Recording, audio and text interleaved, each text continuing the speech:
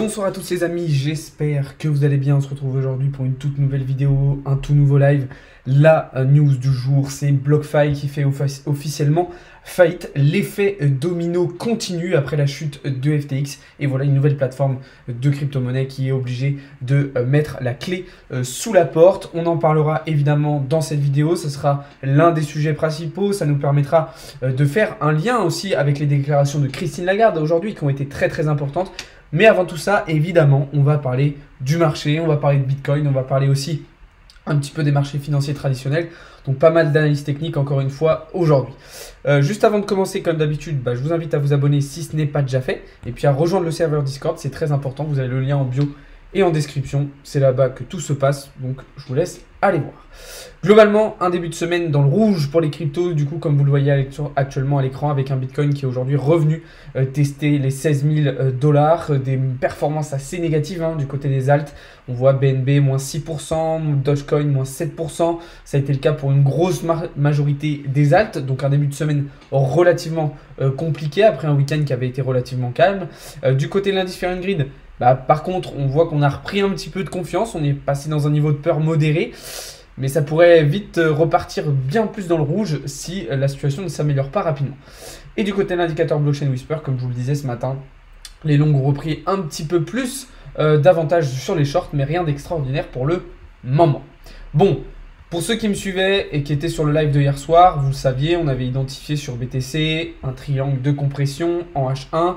Et je vous avais dit qu'on irait probablement chercher une cassure par le bas. C'est exactement ce qui s'est passé. Donc ça nous a permis de prendre une très belle position. Vous voyez avec un fake out. Parfait, on vient combler la zone de liquidité. Et ensuite cassure pour aller chercher justement une plus grosse zone de liquidité aux alentours des 16 000 $ qu'on a comblé là aussi entièrement grâce à cette mèche aux alentours de 17 h qui nous a permis de venir chercher un plus bas en direction des 16 000, enfin juste en dessous les 16 000 $.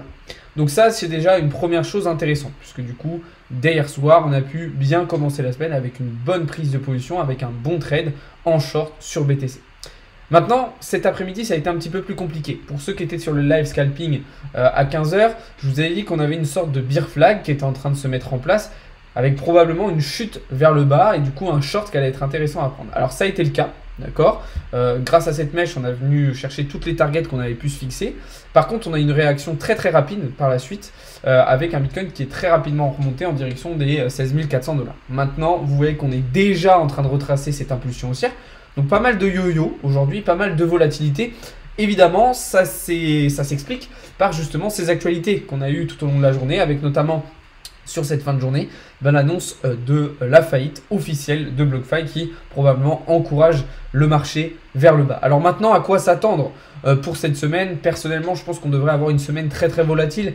Comme je vous le disais hier soir en live et en vidéo, on va avoir de grosses actus macroéconomiques, surtout mercredi après-midi. Du coup, toutes ces actus vont évidemment créer de la volatilité sur les marchés financiers traditionnels et ça se ressentira immédiatement sur le marché de la crypto. Maintenant, dans quel sens? Telle est la question et ça va pour moi en grosse majorité dépendre justement de ces actus, de ces news macroéconomiques, si elles sont positives ou négatives. Je vais répondre à vos premières questions et puis après on va pouvoir avancer sur la suite parce qu'il y a plein de choses très importantes à dire sur le marché. En tout cas, merci à tous ceux qui sont sur le live, bienvenue à tous. Merci à ceux qui s'abonnent, merci à ceux qui font des likes, merci à ceux qui font des subs et surtout merci à ceux qui rejoignent le serveur Discord. Salut Lorenzo, tu devrais parler de la collection NFT que j'ai parlé, ça sera trop tard après. Écoute, si tu veux, on peut en parler après, effectivement Lorenzo. Si tu veux, plus tard dans la soirée, on pourra refaire un petit live pour en parler. Salut Alexandre, je me suis inscrit au VIP, je suis bien prélevé, mais je ne trouve pas mes ID help. Alors comment ça Fab, comment ça tu ne trouves pas tes ID? Donne-moi ton pseudo sur le Discord Fab. Et au pire, si jamais ça n'a pas marché, je pourrais t'ajouter manuellement. Ça arrive que des fois, ça ne marche pas automatiquement. Du coup, moi, je peux le faire manuellement, donc sans souci. C'est sûrement le meilleur moment d'acheter l'annon. Alors, oui et non. Oui, à long terme, effectivement, on est sur des prix d'entrée très intéressants. Maintenant, moi, je suis plutôt quand même dans une idée de continuation baissière avec un marché qui devrait se diriger en direction des 14 000 $. Et c'est d'ailleurs ce dont je voulais vous parler. On a vraiment une divergence baissière qui s'est confirmée sur BTC en H4. Alors, une divergence qui est aussi identifiable sur du daily. Mais moi, je suis clairement dans un objectif de continuation baissière avec pour moi un marché qui devrait, comme je vous le disais justement, venir chercher ces 14 000 $. Le problème, c'est que en venant chercher ces 14 000 dollars, on mettrait un gros coup quand même à Bitcoin et à toute l'industrie. Et on aurait potentiellement beaucoup plus de difficultés à s'en remettre que si on tient ces 16 000 dollars. Malheureusement, pour moi, ça semble assez inévitable pour le moment. Donc voilà, plutôt continuation baissière. Alors ça ne veut pas dire qu'on va y aller tout droit, ça ne veut pas dire qu'on va y aller en 3 jours, ok, mais ça veut dire que la tendance de fond reste baissière et l'objectif reste baissier pour le moment. Ça, c'est très important de le comprendre. Évidemment, du coup, ça va se ressentir sur l'ensemble du marché. C'est d'ailleurs la raison pour laquelle on est majoritairement en short sur les alts depuis quelques jours. Alors c'est le cas d'Ethereum, hein, un trade qui se passe très bien, un trade que je vous ai partagé hier. Vraiment, ça se passe à merveille. On a déjà atteint des premières targets. C'est le cas aussi d'Algorand. Hein. Alors Algorand, on est déjà venu aussi chercher quasiment tous les TP. C'est le cas aussi du CRV qui démarre très bien. Un CRV sur lequel on s'est positionné en H4. Donc vraiment, un début de semaine qui commence très bien avec cette nouvelle chute, même si on aurait aimé quelque chose d'autre. Après voilà, il y en a d'autres, des positions, je vous laisse aller voir dans le Discord. Et puis surtout, là où moi je suis très content, c'est que je vous le rappelle, hier je vous disais, ok, toutes les positions que moi j'ai en long, je les ferme, je prends mes profits et je m'arrête là, je laisse juste mes shorts. Et on a bien fait, hein, puisque vous voyez que toutes ces positions sur GLD, sur le CHR, sur le Zen, le Zen on est rentré aujourd'hui, mais sur l'APT, on est revenu sur nos prix d'entrée aujourd'hui. Donc vraiment on a bien fait, félicitations à ceux qui m'ont écouté hier, de clôturer toutes nos positions hier pour se protéger tout simplement, et puis pour prendre nos bénéfices. Donc franchement moi je suis très content en termes de résultats, hein. De toute façon les résultats je vous les ai partagés hier pour ceux qui veulent voir. Mais du coup, très intéressant. On va garder cet objectif baissier jusqu'à mercredi. Mercredi qui sera pour moi la journée la plus importante de la semaine et on aura vraiment les grosses annonces. Mercredi, je clôturerai, je pense, l'intégralité de mes positions puisque les annonces vont faire prendre au marché une toute autre tournure et il va pour moi y avoir des choses assez inattendues. Donc je me protégerai en clôturant toutes mes positions et puis je verrai après comment je me repositionnerai. Donc voilà, tes identifiants Discord, tu veux dire Fab? Que tu trouves pas pour te connecter à Discord, c'est ça que tu trouves pas? Tout le monde parle de marché bearish, mais comment peut-on se rendre compte de la reprise du bull? Quand on va avoir un certain nombre d'indicateurs haussiers, quand on aura un marché qui repartira vers le haut, qui cassera certains niveaux de résistance, il faudra aussi un contexte autour du marché qui sera positif. Il y a plein de choses, il faudrait que je vous rentre en détail, mais il y a plein d'indicateurs qui pourront nous le faire dire. Pour l'instant, ces indicateurs, on n'en a absolument aucun. Donc voilà. Tu trades sur quelle app? Sur DYDX et Bybit. Le trade sur Kava, t'en penses? Pour moi, Kava, du coup, pour ceux qui étaient sur le live scalping cet après-midi, je ne suis pas rentré en position, hein. La clôture H4 n'a pas été satisfaisante selon moi, comme vous le voyez ici. Donc pour moi, je ne suis pas rentré en position. Je ne suis pas satisfait en fait de la réaction de Kava sur la trendline. Donc je ne suis pas rentré, hein, pour ceux qui veulent voir. Pour moi, c'est pas satisfaisant. J'ai pas eu les signaux justement aussi que j'attendais, donc j'ai préféré ne pas rentrer sur le trade. Le nombre d'arnaques de financiers qu'il y a sur TikTok, c'est fou. Alors je vois pas sur quoi tu te bases pour parler d'arnaque me concernant. Certes, il y en a, maintenant c'est pas mon cas. Tu peux expliquer vite fait le money concept de Luxalgo? Ah, l'indicateur Smart Money Concept.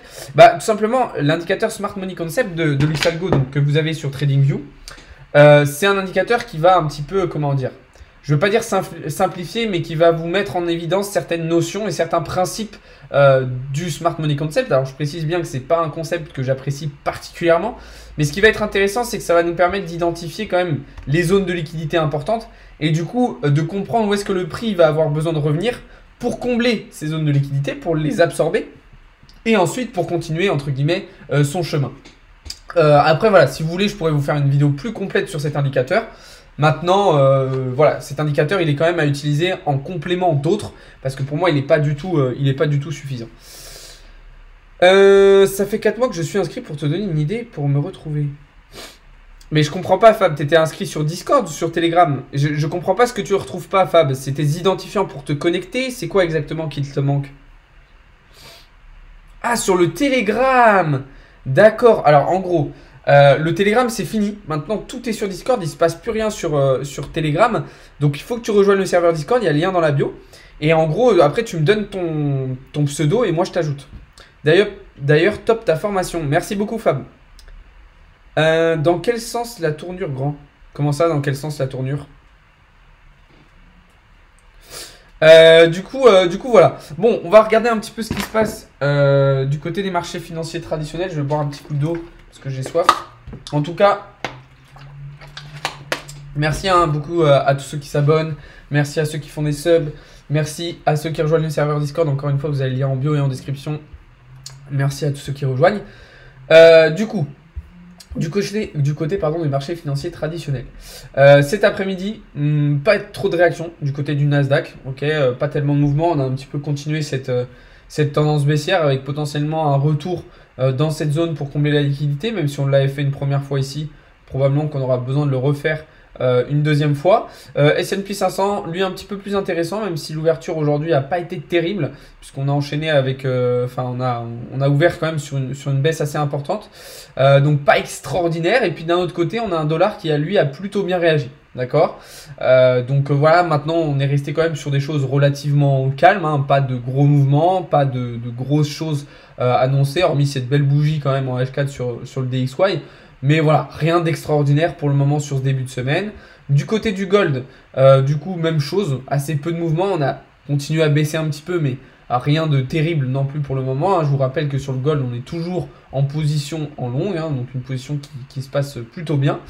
Et du côté de l'euro USD, on a enchaîné, on enchaîne les positions en short, pour ceux qui sont dans le serveur Discord.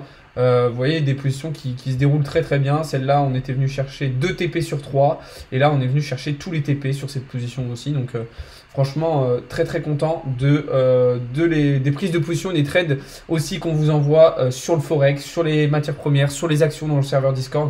Donc vous voyez qu'il y en a vraiment pour tout le monde, pour tous les goûts, pour tous les prix, pour tous les... Enfin voilà, il y a tout ce qu'il faut les gars. Vraiment, n'hésitez pas à rejoindre. Vous voyez, je vous régale sur les cryptos. On vous régale aussi sur les marchés financiers traditionnels. L'euro USD en ce moment qui est très très intéressant. L'euro USD, vraiment, moi à chaque fois que je vais dessus, j'arrive à trouver des setups intéressants, des configurations intéressantes. Je trouve qu'il est relativement simple à trader. Donc non, franchement, c'est super, super intéressant. Il y avait un petit truc que j'avais regardé aussi cet après-midi suite à la demande de quelqu'un. C'était du côté du XTB. Là, moi, je m'attendais quand même à du short, un short un peu plus rapide, enfin une baisse un peu plus rapide. Elle n'a pas encore eu lieu. Voilà, pour le moment, je reste en observation, pas de prise de position concrète, mais je suis plutôt baissier pour le moment avec l'idée d'un retour vers le bas, à voir si on revient combler cette zone de liquidité dans un premier temps. Donc voilà. Et puis, comme je vous le disais, de toute façon, pas mal d'actu macro tout au long de la semaine. Donc qui va évidemment avoir un impact sur ces marchés financiers traditionnels et sur le dollar et sur le gold et donc indirectement ou directement sur le Bitcoin et sur l'ensemble du marché crypto. Donc voilà. SM ça sert à rien. J'ai pas compris ton message S22. Tu crois le BTC jusqu'au 14K? Oui. Je vois Bitcoin redescendre en direction des 14 000 $. Tu penses quoi du sandbox? C'est assez intéressant. Maintenant, voilà, aujourd'hui, tout ce qui est métaverse, c'est quand même un peu mis de côté. C'est pas la priorité. On a des projets qui sont un peu en stand-by, on va dire. Donc, pour moi, je regarde ça d'assez loin. Joli les signaux du VIP d'hier. Merci beaucoup. Smart Money. Tu trouves que ça sert à rien la Smart Money? Ok. Du coup, voilà un peu ce que je voulais vous dire là-dessus. On va pouvoir enchaîner sur quelques petites actus assez importantes. Vous en avez sans doute entendu parler. C'est la faillite de BlockFi. Donc BlockFi, pour ceux qui ne le savaient pas, c'est une plateforme de crypto-monnaie, un exchange de crypto-monnaie qui a fait faillite. Alors, on le sait, il y a eu déjà pas mal de faillites depuis le début de l'année. Il y a eu Celsius. Il y a eu Terra, donc avec le Luna, il y a eu FTX plus récemment, il y en a eu d'autres mais un petit peu moins connus comme Three Arrow Capital. Là on parle de Genesis aussi qui est en difficulté, qui est d'ailleurs sous le coup de plusieurs enquêtes américaines. Et là du coup c'est BlockFi donc, qui a officiellement annoncé sa faillite, donc qui dépose le bilan. c'est ennuyeux, c'est très préoccupant parce que vraiment, on a un réel effet domino qui s'est lancé et on ne sait pas vraiment quand est-ce que ça va s'arrêter. Parce que voilà, au fur et à mesure, en fait, plus on va avoir de plateformes, d'entreprises dans l'industrie crypto qui vont faire faillite, qui vont s'écrouler, plus ça va en entraîner d'autres vers le bas et plus ça peut aggraver la situation. Donc malheureusement, il ne faut surtout pas se réjouir de ça. Maintenant, bon, ça aura évidemment, je pense, moins d'impact sur le marché que ce qui avait pu se passer sur FTX. Mais c'est pareil, ce qui s'est passé avec FTX, c'est encore loin d'être terminé. SBF est toujours en liberté. Voilà, les enquêtes, on voit que la SEC, il y a probablement des magouilles, puisqu'il y a certains membres de la SEC qui ne veulent pas qu'il y ait des enquêtes sur FTX. Donc on est encore très très loin on n'est encore pas du tout sorti de l'auberge. On est encore très loin de la fin de toute cette histoire. Donc c'est pour ça qu'il faut rester encore très prudent. Puisque il y a certains rebondissements qui pourraient avoir pas mal d'impact sur le marché. Donc voilà, faut vraiment jouer la sécurité, faut vraiment pas prendre de risques parce que la situation est quand même très très particulière.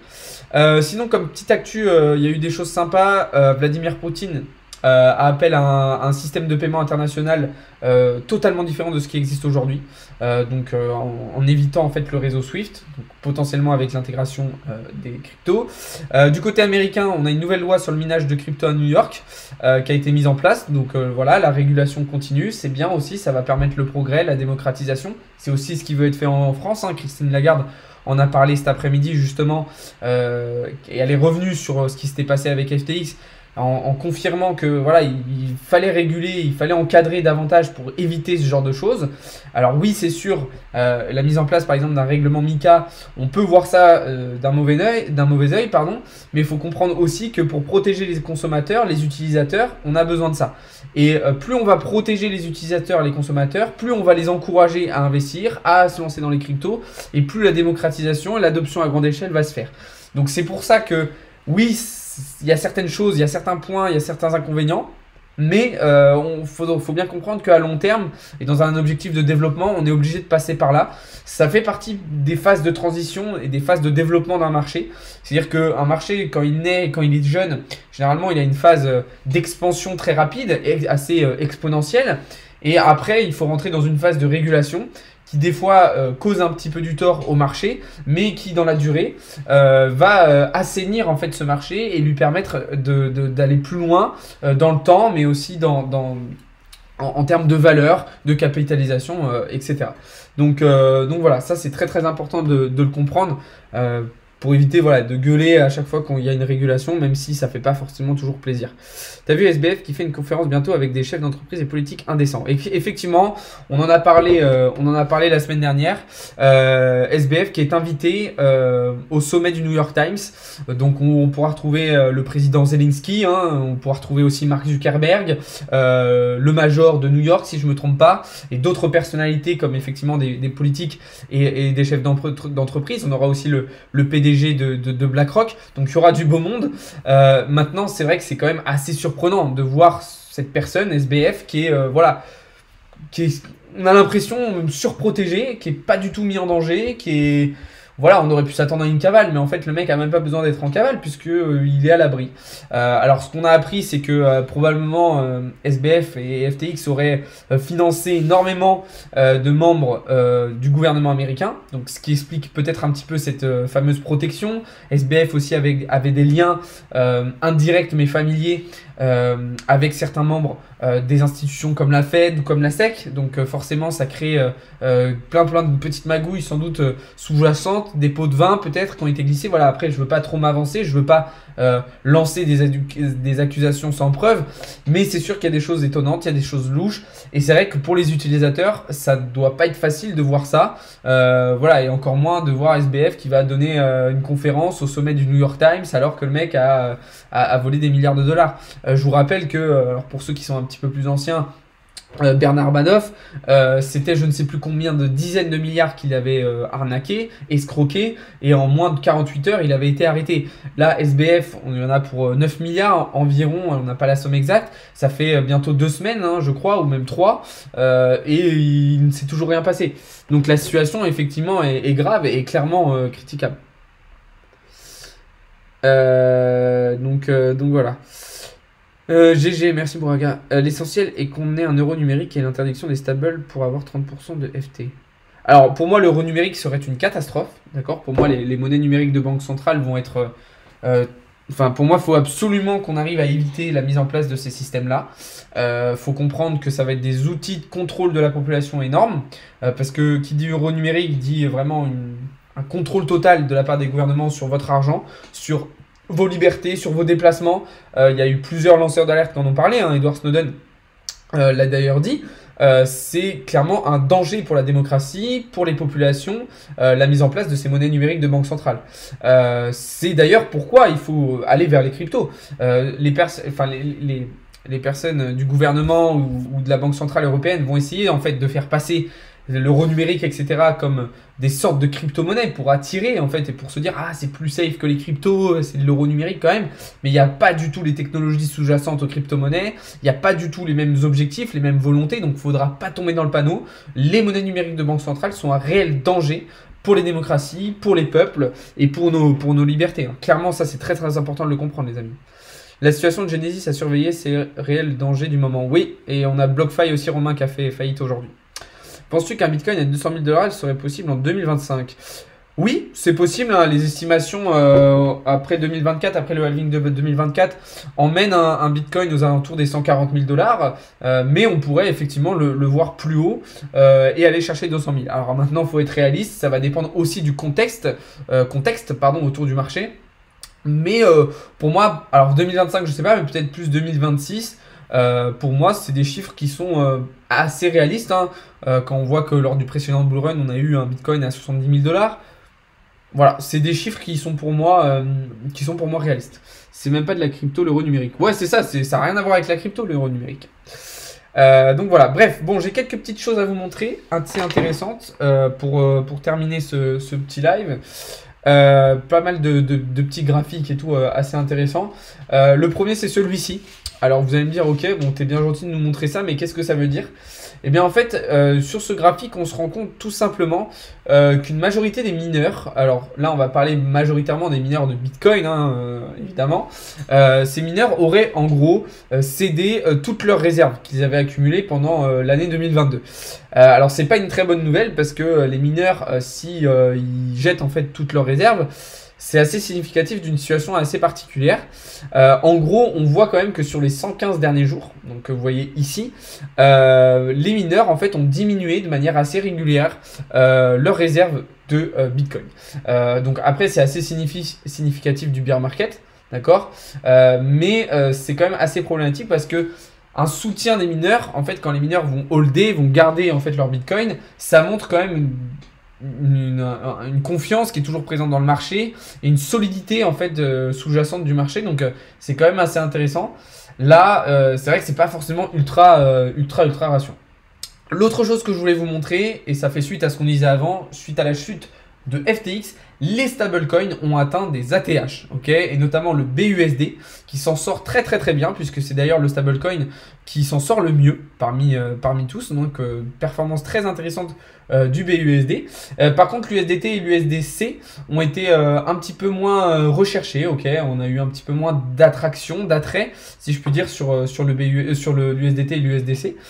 Peut-être parce qu'ils sont considérés comme trop centralisés, malgré que le BUSD pour moi le soit tout autant. Mais voilà, assez intéressant. Du coup, on voit quand même, on a vu hier qu'il y avait beaucoup de liquidités qui avaient quitté les exchanges, mais il y en a aussi beaucoup qui sont restés sur les exchanges, mais du coup plus sous forme de stablecoin. Et enfin, dernière petite chose que je voulais vous montrer, c'est les blockchains qui sont utilisés par les grosses entreprises mondiales. Donc aujourd'hui, on voit quand même que parmi tous les grands groupes internationaux, la plupart utilisent des blockchains. Hein. On voit la blockchain Ethereum qui est utilisée par Amazon, qui est utilisée par Samsung, qui est utilisée par Coca-Cola, par McDonald's, Mastercard. Enfin, c'est absolument fou. Voilà, c'est pas du tout anodin. On a vraiment une démocratisation, une adoption à grande échelle qui est en train de se mettre en place. Pour le moment, elle se fait davantage via les institutions, via les gouvernements et via les entreprises. Viendra le temps où elle se fera, et ça sera la grosse partie de la démocratisation via le grand public et via la masse.